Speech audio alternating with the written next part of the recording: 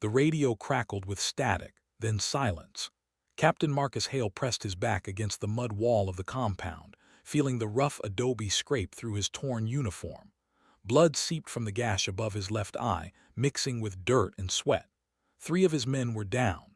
The rest huddled in the skeletal remains of what used to be a school, now just another casualty of the war that had consumed this valley. Outside, the Taliban fighters were regrouping. He could hear their voices, confident and closing in. His hand trembled as he pulled out the crumpled notebook from his chest pocket, the one he'd carried through 2 deployments. The pen felt heavy. He wrote slowly, each word deliberate. "Tell Mom I'm sorry. Tell her I tried." The gunfire had stopped. That was worse than the chaos. Silence meant they were planning something. Hale had been in the army long enough to know what came after silence. He glanced at Sergeant Rodriguez, who was clutching his mangled leg, jaw clenched against the pain. Private Chen was reloading his rifle with shaking hands, magazine after magazine lined up like a countdown to the inevitable. They were surrounded, ammunition nearly gone, and the quick reaction force was still 20 minutes out. 20 minutes might as well have been 20 hours. Then came the sound. Low at first, barely audible over the ringing in Hale's ears from the RPG that had nearly killed him an hour ago. A deep, guttural growl that didn't belong to helicopters or fast movers.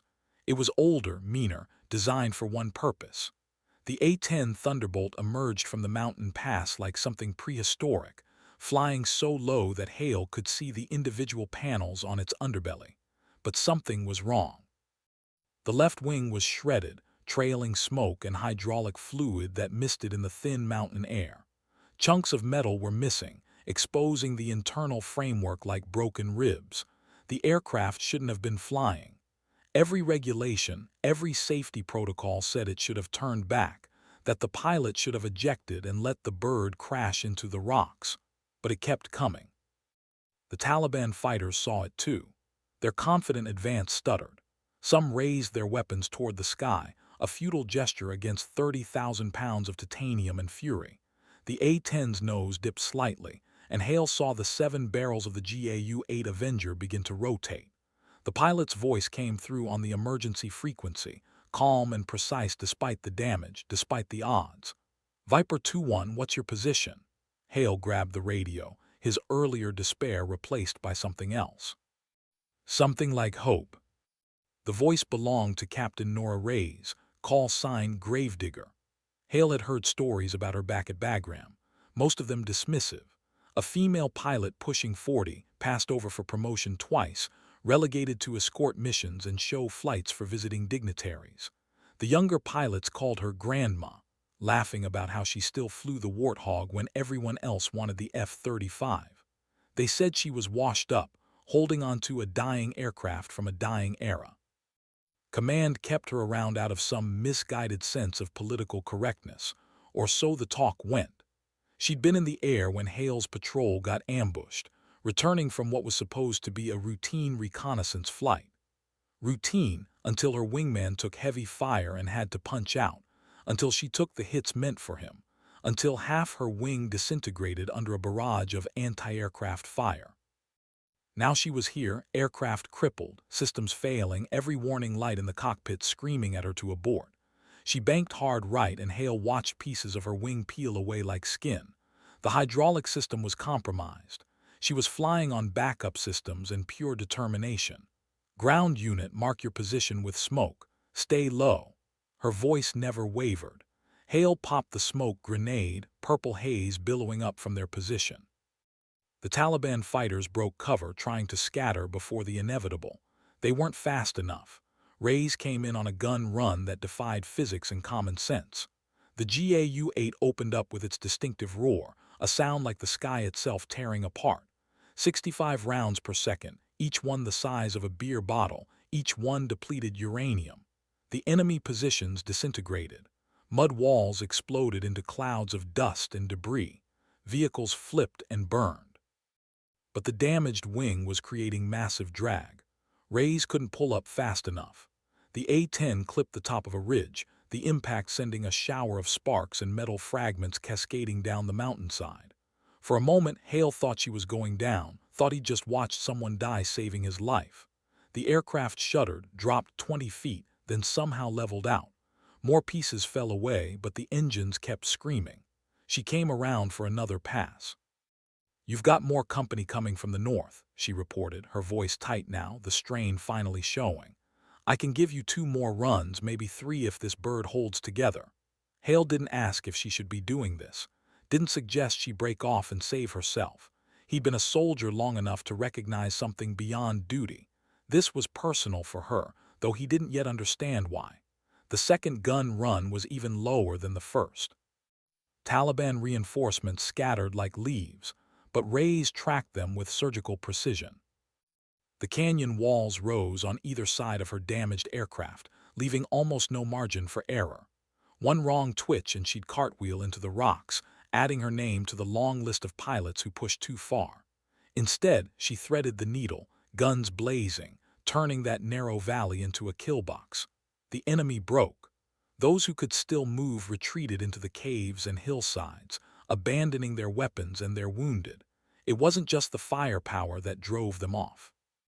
It was the sight of that ruined aircraft, still fighting, still coming back. There was something supernatural about it, something that broke their will more than the bullets. Rays pulled up and away, gaining altitude despite the protests of her dying warthog. "Viper 2-1, you're clear. QRF is 5 minutes out." She paused, and Hale heard her breathing, labored and sharp. "Get your people ready to move." Then she was gone, climbing into the thin air, trailing smoke like a prophet's vision.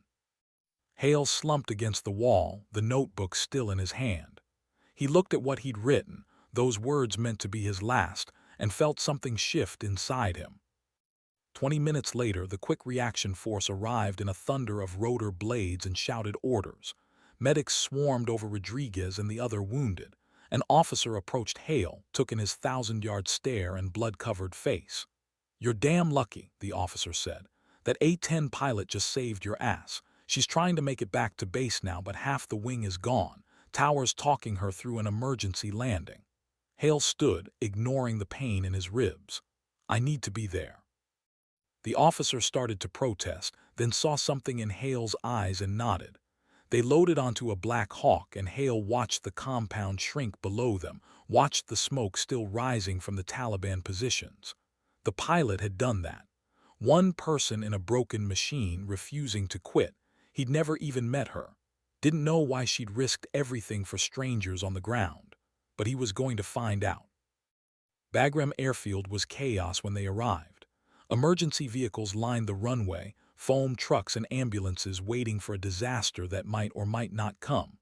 Ground crew and pilots stood in clusters, all eyes on the southern sky. Hale pushed through the crowd, his injuries forgotten. The tower was broadcasting on the open frequency, and someone had patched it through external speakers. "Gravedigger, you're looking at a 10-degree crosswind. Recommend full flaps if you've got them." Ray's voice came back, strained but controlled. "Negative on flaps. Hydraulics are shot. I've got manual control and prayers. That'll have to do." Someone in the crowd muttered, "She's not going to make it." But others shushed him, as if speaking it might make it true. The A-10 appeared on the horizon, and even from a distance, Hale could see the damage. The left wing looked like it had been attacked by a giant saw, jagged edges catching the afternoon sun. The aircraft was flying crooked, nose slightly high to compensate for the lost lift. Black smoke poured from somewhere near the engine cowling. It shouldn't have been in the air. Every engineer, every pilot watching knew that, but knowledge didn't seem to matter. The tower kept talking her down, calm and professional. "Gravedigger, you're on glide path, looking good. Maintain current approach." Good was a relative term. The A-10 wobbled as it descended, fighting rays for every foot of altitude. She came in fast, too fast, because slow meant stalling and stalling meant dying. The wheels touched down hard and the aircraft bounced, then slammed back onto the runway with a screech of tortured metal. The landing gear buckled but held. She deployed the drag chute, and for a heart-stopping moment, it seemed like the damaged aircraft might skid off the runway into the dirt. Then the chute caught and the A-10 slowed, veered slightly right, corrected, and finally came to rest halfway down the runway. Emergency crews swarmed the aircraft. Hale ran, ignoring the shouts to stay back, ignoring protocol and rank. He had to see her, had to know who had just redefined courage in his personal dictionary. The canopy opened slowly, manually cranked because the hydraulics were dead. A figure in a flight suit emerged, moving carefully, testing each limb as if surprised they still worked. Captain Nora Reyes was smaller than he'd imagined, maybe 5'6", with gray streaking through her dark hair. Her flight suit was soaked with sweat, face pale beneath the helmet she pulled off. She looked exhausted. She looked mortal. Then her eyes met his across the tarmac, and Hale saw something there that made him understand. This wasn't about glory or promotion. This was about the promise she'd made to herself a long time ago, a promise to never leave soldiers behind. Not again. He didn't know her story yet, didn't know about the patrol she couldn't save in Iraq 12 years ago, the faces that still visited her dreams. The crewmen helped her down from the cockpit and she waved them off, insisting she could walk. But her knees buckled slightly and hands caught her. Someone brought water. An officer appeared, already preparing the inevitable debrief, the investigation into why she'd continued the mission with catastrophic damage. Reyes took a long drink, then looked at her aircraft. The A-10 sat on the runway like a wounded animal, smoke still rising, wings shredded, survival against all odds. She touched the fuselage gently, almost reverently. "Good girl," she whispered. "One more time, you gave me one more time." Hale approached slowly. She turned at the sound of his boots on concrete and he saw her really look at him for the first time. Saw her take in the field dressings, the blood, the mud, the exhaustion. "Captain Hale," he said simply. "You pulled my team out of hell. I don't know how to thank you for that." Ray smiled, but it was tired, sad in a way that spoke of too many missions, too many close calls. "You don't thank me. You go home to whoever's waiting. You live. That's thanks enough." But it wasn't enough. Not for Hale, not for Rodriguez recovering in the hospital, not for the men who'd been writing their own final letters when salvation arrived in the form of a stubborn pilot and her indestructible aircraft. Word spread fast on a military base. By evening, everyone knew what Gravedigger had done. The story took on mythic proportions with each retelling. She'd flown through a mountain. She'd taken direct hits from 3 RPGs. She'd landed with no wing at all. The exaggerations didn't matter. The truth was impressive enough. But something else spread too. Whispers about Reyes herself. Questions that had always lingered in the background, spoken in the mess hall and ready rooms. Why was she still flying the A-10? Why hadn't she moved up, moved on, taken a desk job like most pilots her age? The answer, some said, was that she'd been passed over because she was difficult, too aggressive, didn't play politics. Others said it was because she was a woman in an old boys' club that the brass didn't know what to do with her. A few said she'd had opportunities but turned them down, choosing to stay with the Warthog and close air support missions. The truth, as usual, was more complicated. Hale started piecing it together over the next few days as he recovered. He talked to other pilots, mechanics, anyone who'd served with Reyes. A picture emerged of a woman haunted by a failure most people would have forgiven, but she couldn't forgive herself. Iraq, 2013. Lieutenant Reyes had been flying escort for a convoy when it got ambushed. She'd been low on fuel, weapons almost expended. Command ordered her to return to base. A tanker was already en route for her replacement. She'd followed orders. The convoy got overrun 20 minutes later. 5 soldiers died. She'd attended every funeral, stood in the rain at Arlington, and watched coffins draped in flags disappear into the earth. That was when she became Gravedigger, not as an insult but as a reminder. She would dig their graves in memory every day, or she would make damn sure no one else had to. She requested permanent assignment to A-10 squadrons, turned down promotions that would take her out of the cockpit, volunteered for the most dangerous close air support missions. Command thought she had a death wish. They were wrong. She had a life wish, for everyone else. Hale learned all this through fragments, through stories told by mechanics who'd watched her inspect every inch of her aircraft before flights, through pilots who'd seen her take hits meant for them. He learned about the scrapbook she kept, newspaper clippings of soldiers whose lives she'd saved. Not for glory, for accounting, making the ledger balance. The morning after the rescue, Hale found Reyes in the hangar, standing beside her destroyed A-10. Maintenance crews were already cataloging the damage, preparing the aircraft for either repair or retirement. The left wing was worse up close, twisted metal and exposed hydraulic lines. Dozens of holes pockmarked the fuselage. One engine showed shrapnel damage that should have caused complete failure. The crew chief, a grizzled master sergeant named Blake, was shaking his head in disbelief. "Ma'am, I've been working on hogs for 23 years. I've never seen one take this much damage and stay airborne. This bird loves you or she's too stupid to die. Maybe both."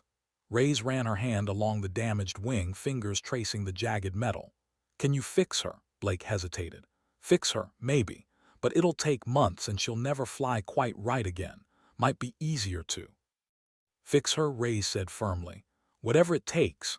Blake nodded, understanding something unspoken. This wasn't just about an aircraft. Hale cleared his throat and Reyes turned.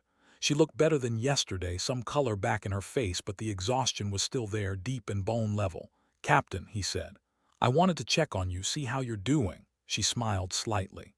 "I'm fine. Your men doing okay?" Rodriguez lost his leg below the knee, but he's stable. Chen's back on duty. "The others will make it." He paused. "Because of you." Reyes looked away, uncomfortable with the gratitude. "I was just doing my job." But that wasn't true, and they both knew it. Her job was to provide close air support, not to martyr herself trying. Her job ended when the aircraft became unflyable, when safety protocols demanded she eject. She'd rewritten the job description somewhere over those mountains. "Why?" Hale asked quietly. "Why keep going when you should have turned back?" Reyes was silent for a long moment, staring at her wounded aircraft. When she spoke, her voice was distant, remembering. "Because I know what it's like to hear someone calling for help and having to say no. I know what it's like to follow orders and do the smart thing and then spend the rest of your life wondering if you could have made a difference. I won't do that again. I can't." Hale understood then. The weight she carried. The debt she was trying to repay to ghosts. "Iraq," he said softly. She glanced at him sharply. "You've been asking around. People talk, especially about legends." Reyes laughed, but there was no humor in it. "Legend, that's generous. Most people think I'm crazy, reckless, a liability waiting to happen." "Most people are idiots," Hale said bluntly. "You saved 12 lives yesterday, 12 people who get to go home." That night someone started a video. Helmet cam footage from one of Hale's soldiers, shaky and chaotic, showing the moment the A-10 appeared through the smoke. The damaged wing was visible even in the grainy footage, hanging on by what looked like willpower alone. The sound of the GAU-8 was thunderous, overwhelming the camera's audio. Then came Reyes's voice on the radio, calm and certain, promising that no one was dying today. The video went viral within military circles. Someone added dramatic music, subtitles explaining what they were seeing. It jumped from base to base, carried on smartphones and shared drives, until it seemed like everyone in theater had watched it. Reyes tried to ignore the attention. She didn't want to be famous. Fame meant scrutiny, meant questions about her methods, meant some colonel deciding she was more valuable giving speeches than flying missions. But she couldn't hide from it entirely. Soldiers would stop her on base, wanting to shake her hand, wanting to thank her for showing them what courage looked like. Fighter pilots who'd once dismissed the A-10 as obsolete started asking questions about the platform, about tactics, about how she'd kept that damaged bird flying. The attitude toward her shifted. Grandma became gravedigger, spoken with respect instead of mockery. The pilot who'd held on too long became the pilot who refused to let go. Reyes found it overwhelming and uncomfortable. She'd never wanted admiration. She'd wanted atonement. A week after the rescue, command called her in for a formal debrief. Colonel Morrison sat behind his desk, a career officer who'd probably never seen combat but wielded regulations like weapons. He reviewed the mission report with a furrowed brow.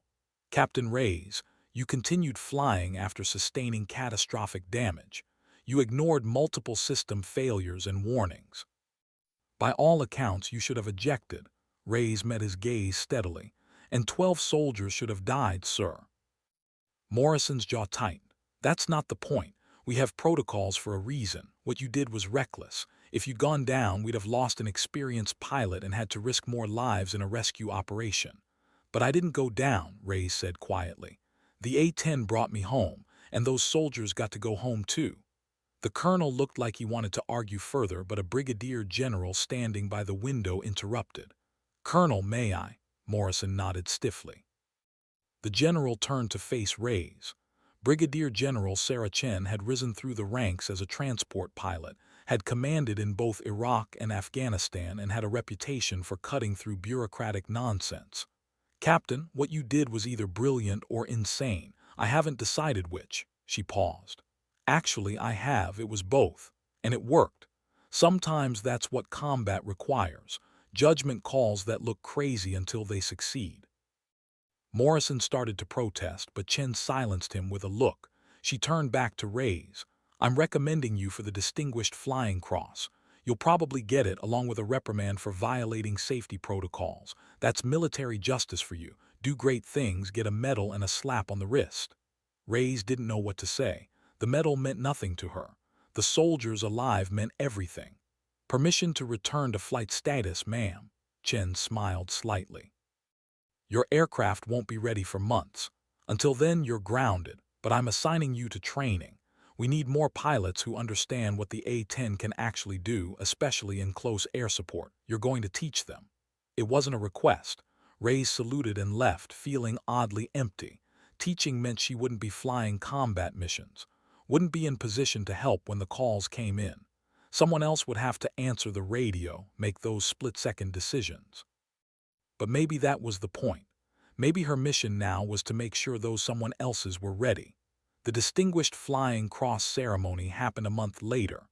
Reyes stood in her dress uniform, uncomfortable under the attention of cameras and officers. They pinned the medal to her chest, and she thought about the 5 soldiers from Iraq whose funerals she'd attended. She thought about Hale and Rodriguez and the others. The general read the citation, detailing her actions with clinical precision, turning chaos and fear into clean language. "For extraordinary achievement while participating in aerial flight." The words felt inadequate. How did you describe flying a dying aircraft into hell because people needed you? How did you quantify the decision to keep fighting when every instinct screamed to run? When it was over, Reyes found Hale in the crowd. He'd insisted on attending, even though he was due to ship home in 2 days. "Thank you for coming," she said. He smiled, and she saw that the haunted look was gone from his eyes. He'd thrown away the notebook with those final words to his mother. He'd written different words instead. "Tell her I'm coming home. Tell her I'm okay." "Wouldn't have missed it," he said. "You know my kid is 7. Last week I told her about you, about the pilot who saved her dad. She wants to fly A-10s when she grows up." Reyes felt something crack inside her chest, something warm and painful and healing. "Tell her they're the best aircraft ever built. Tell her the sky doesn't care what people think you should be, only what you choose to become." Hale nodded. He understood. They both did. Redemption didn't come from medals or recognition. It came from the people who got to go home, who got to hug their families, who got to keep living. The training program became Reyes' new mission. She approached it with the same intensity she'd brought to combat flying. Young pilots arrived expecting lectures and PowerPoint presentations. Instead, she took them into simulators cranked up to nightmare difficulty. Systems failures, multiple threats, impossible decisions. "Your Winchester, bingo fuel, and troops in contact are calling for help," she'd say, watching them struggle with the scenario. "What do you do?" Most said they'd return to base. "Follow protocols. Live to fight another day." Reyes would shake her head. "Wrong answer, or maybe the right answer, I don't know anymore, but I know what I'd do. I'd find a way to help even if it cost me. You need to know what you'd do too, because someday it won't be a simulator. Someday it'll be real voices on that radio, real people depending on you." The pilots started calling her program Gravedigger's Gauntlet. It was brutal, exhausting, and transformative. They emerged different, carrying something of her determination, her refusal to accept that saving everyone was impossible. Some in command thought she was creating cowboys, reckless pilots who'd get themselves killed. General Chen disagreed. "She's creating pilots who understand that the mission is about people, not just targets. We need more of that, not less." 6 months after the rescue, Reyes' A-10 was finally repaired. The maintenance crew had done the impossible, rebuilding the wing, replacing systems, making the bird whole again. Blake walked her through the work, pride evident in every word. "She'll fly, ma'am, maybe not quite as pretty as before, but she'll fly. We kept some of the battle damage, though, figured it told a story worth remembering." He pointed to a section of fuselage where shrapnel scars had been preserved under clear coating. "Your story." Reyes traced the scars, feeling the ghost of that mission. The fear, the determination, the moment when the wing nearly gave out completely. "Thank you," she said quietly, "for bringing her back." Blake shrugged. "She brought you back. Least we could do was return the favor." Reyes flew her first training mission in the repaired A-10 the next day. Everything felt slightly different, the controls a fraction of a degree off. The responsiveness changed in subtle ways only she would notice. But the warthog still flew, still answered to her hand, still growled with that distinctive sound. She took it through basic maneuvers, then progressively harder ones, testing both the aircraft and herself. Everything held. At 10,000 feet, she leveled out and just flew for a moment, letting the peace of the sky wash over her. No emergencies, no one shooting, just the wind and the engines and the infinite blue. Her radio crackled. "Gravedigger, this is Viper 2-1. Do you copy?" She recognized Hale's voice immediately, even though he should have been stateside. "Viper 2-1, I read you, thought you went home." "I did, but I came back, got another deployment, and I specifically requested this sector. Figured if I'm going to be on the ground, I want you in the air." Reyes smiled, something warm spreading through her chest. "Copy that, I've got your back." And she did, for the rest of that deployment and the ones after. She flew cover for Hale's patrols, trained the next generation of A-10 pilots, carried the weight of her past while building a different future. The nickname Gravedigger took on new meaning. Not someone digging graves, but someone preventing them. The years passed. Reyes eventually accepted the promotions she'd long avoided, moving into command positions where she could shape doctrine and training. She never stopped flying. Even as a major, then lieutenant colonel, she logged more combat hours than officers half her age. The A-10 became her legacy.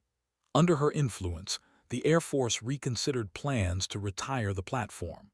They saw what she'd always known, that close air support needed an aircraft that could take punishment and keep fighting, that could loiter over troops in contact for hours, that valued mission completion over speed and stealth. New pilots arriving at A-10 squadrons heard the story of the wing that wouldn't quit, the pilot who refused to abandon soldiers in need. They studied her tactics, her decision-making, her unshakable commitment to the ground troops. Some thought she'd become an impossible standard, a legend too big to match. But Reyes didn't want to be legendary. She wanted them to understand what she'd learned through fire and loss. That courage wasn't the absence of fear, but the choice to act despite it. That duty meant something more than following orders. That sometimes the right choice looked like the wrong one, until you made it and people lived. On her final flight, 23 years after Iraq, Colonel Nora Reyes took her original A-10 up one last time. Blake had kept it maintained all those years, preserving the battle scars, treating it like the historical artifact it had become. She flew over the mountains where she'd saved Hale and his team, circled the valley where she'd refused to let the sky take her, and thought about all the missions since. Hundreds of sorties, thousands of hours. She'd lost count of the lives saved, but she remembered every one she couldn't save. The 5 in Iraq still visited her dreams, but they weren't alone anymore. They were surrounded by all the others, the ones who'd made it home, who'd gotten to grow old, who'd gotten to live because she'd chosen to fight. That was enough. It had to be enough. He brought the A-10 in for a perfect landing, touching down soft as a whisper, and taxied to the hangar where a crowd waited. Retirement ceremony, speeches and plaques and handshakes. But before all that, she sat in the cockpit for an extra moment, hand on the throttle, feeling the engines wind down. "Thank you," she whispered to the aircraft, to the memory of that desperate flight, to the person she'd been and the person she'd become. "Thank you for not quitting. Thank you for one more time." The canopy opened. The crowd cheered. Reyes climbed down one last time, boots touching concrete, and walked away from the aircraft that had defined her life. But she didn't look back. She didn't need to. The Warthog would keep flying, piloted by the ones she'd trained, carrying forward the lessons written in battle damage and blood and stubborn survival. And somewhere in a small house in Georgia, Captain Marcus Hale sat with his daughter, now 17 and accepted to the Air Force Academy. She wore an A-10 model on a chain around her neck, a gift from the pilot who'd saved her father. "Tell me the story again," she said, even though she'd heard it 100 times. So Hale told her about the day he thought he'd die, about the words he'd written to his mother, about the sound of engines that shouldn't have been flying. He told her about the shredded wing and the determination and the voice on the radio promising that no one was dying today. He told her about Gravedigger, about the pilot who'd turned her pain into purpose, her loss into legacy. "That's who you want to be," he said. "Not perfect, not fearless, but someone who shows up when it matters, someone who fights for the people on the ground." His daughter nodded, fingers touching the Model A-10, and Hale saw something of Ray's in her eyes. That same determination, that same refusal to accept that some people couldn't be saved. The sky was waiting. It always was. And the next generation was ready to answer its call, carrying forward the truth that Gravedigger had written in smoke and thunder, and the stubborn flight of a dying aircraft. That courage was a choice, that legacy was measured in lives saved, and that sometimes the most important thing a person could do was refuse to quit when quitting was the only logical option. Hale folded the old notebook carefully, the one with those words he'd almost never got to take back. He kept it as a reminder. Not of how close he'd come to dying, but of how someone else's choice had given him everything that came after. The years with his family, the chance to watch his daughter grow, the ordinary moments that only felt ordinary until you'd almost lost them forever. Outside, the sun set over mountains that looked like the ones in Afghanistan but weren't. The war was over for him now, but for others it continued, different enemies in different places.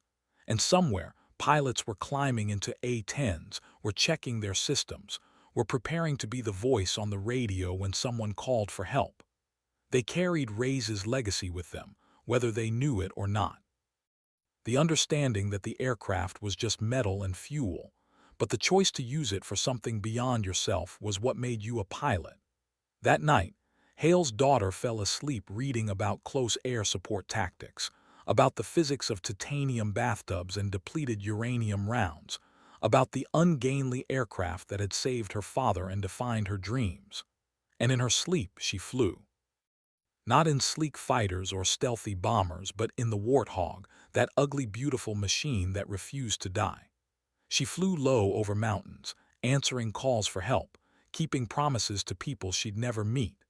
She flew like Gravedigger, like the pilot who'd shown her that heroes weren't the ones who never fell, but the ones who kept flying anyway, wings shredded but fighting, until everyone made it home.